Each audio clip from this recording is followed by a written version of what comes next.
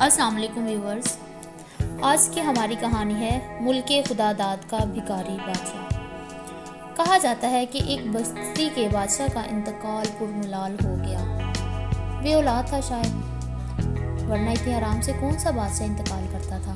اکثر تو اپنی اولاد کے ہاتھوں مارے جاتے تھے۔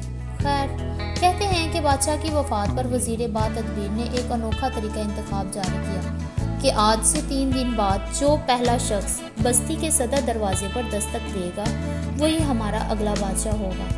چنانچہ اس انتخاب کے نتیجے میں جو پہلا شخص 3 دن بعد صدر دروازے پہ آوازار لگانے آیا وہ پھٹے پرانے کپڑے پہنے، سر پر ٹاٹ لگی ٹوپی اور گلے میں کشکول لٹکائے ایک بھکاری تھا۔ بستی والوں کی قسمت میں جو نیا بادشاہ لکھا گیا وہ پیشہ ور بھکاری نکلا۔ صدر دروازے پر دستک دے کر بھکاری سے بادشاہ بننے والے کو وزیروں مشیروں نے تاج پوشی کا اعلان پڑھ کر سنایا۔ اس کے بعد پھٹے پرانے ٹاٹ لگے کپڑوں کی جگہ شاہانہ لباس زیب تن کروایا گیا۔ چیتھروں سے بنی ٹوپی ہٹا کر سر پر تاج اور سوراخوں بھرے جوتوں کی جگہ شاہی موزے پہنائے گئے۔ اور کشکول، بھلا بادشاہ کے گلے میں کشکول کیوں کر لٹکتا؟ سونے چاندی کی دوہری اور سچے موتیوں کی مالا نے کشکول کی جگہ لے لی۔ یوں بھکاری بادشاہ کے دن و رات آرام و چین سے گزرنے لگے، مگر دنیا میں وہ سکون کہاں جو قبر میں ملتا ہے۔ چنانچہ ہمسایہ ملک کے بادشاہ کو کسی نے خبر دے دی کہ برابر والوں کا طاقتور بادشاہ تو لڑک گیا ہے، اب اس کی جگہ ایک ایسے شخص نے لے لی ہے جس کو امور حکمرانی کا اتنا تجربہ نہیں جتنا بھیک مانگنے کا۔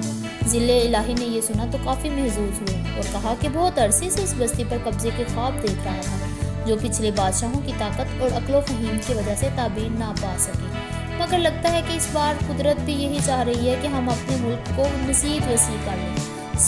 اے میرے سپاہ کے سلاروں، حملے اور قبضے کی تیاری ہے۔ بستی کے مخبروں کو جب طاقتور ملک سے یہ خوفناک اطلاعات موصول ہوئی تو بھاگم بھاگ دربار میں پہنچے، جہاں سابقہ بکاری عرف بادشاہ سلامت انگور کھلانے اور پکے راگ سنانے والوں کے درمیان موجود تھے۔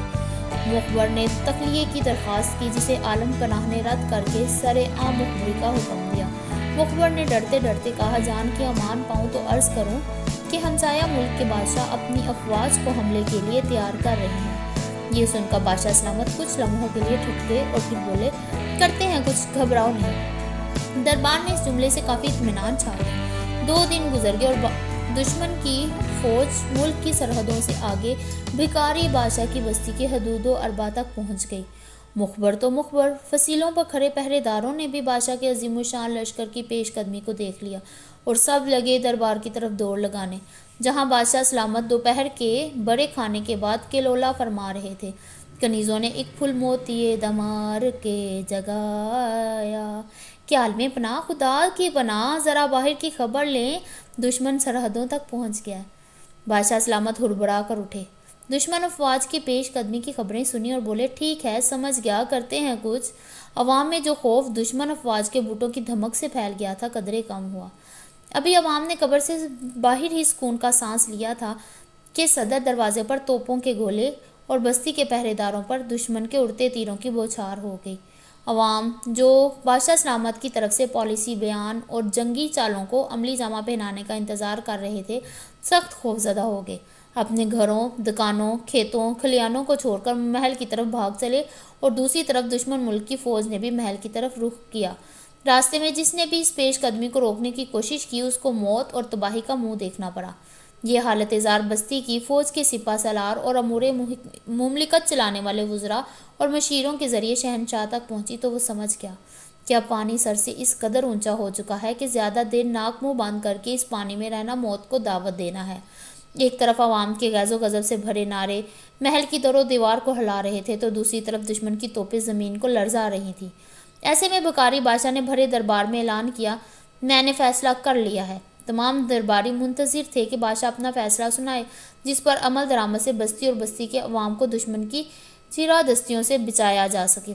کیا دیکھتے ہیں کہ عالم پناہ نے اپنی خوابگاہ کی طرف دوڑ لگا دی اور کچھ لمحوں بعد خوابگاہ سے ذل الہی کی جگہ ایک پھٹے پرانے کپڑوں، ٹوٹی جوتی اور کشکول گلے میں ڈالے بھکاری نمودار ہوا۔ گلا صاف کر کے بولا، بھائیو، یہ حکومت وغیرہ تو میرے بس کی بات نہیں۔ ہاں، اگر کبھی بھیک وغیرہ مانگنی ہو تو خاکسار کو ضرور یاد کر لینا۔ آپ کی نوازشات کا شکریہ۔ میرا تو اس مملکت میں کچھ لینا دینا نہیں، سو جو کچھ کول اور ٹاٹ پہن کر آیا تھا وہی پہن کر جا رہا ہوں۔ اب آپ جانیں اور آپ کی بستی۔ آباد رہو تے شاد رہو۔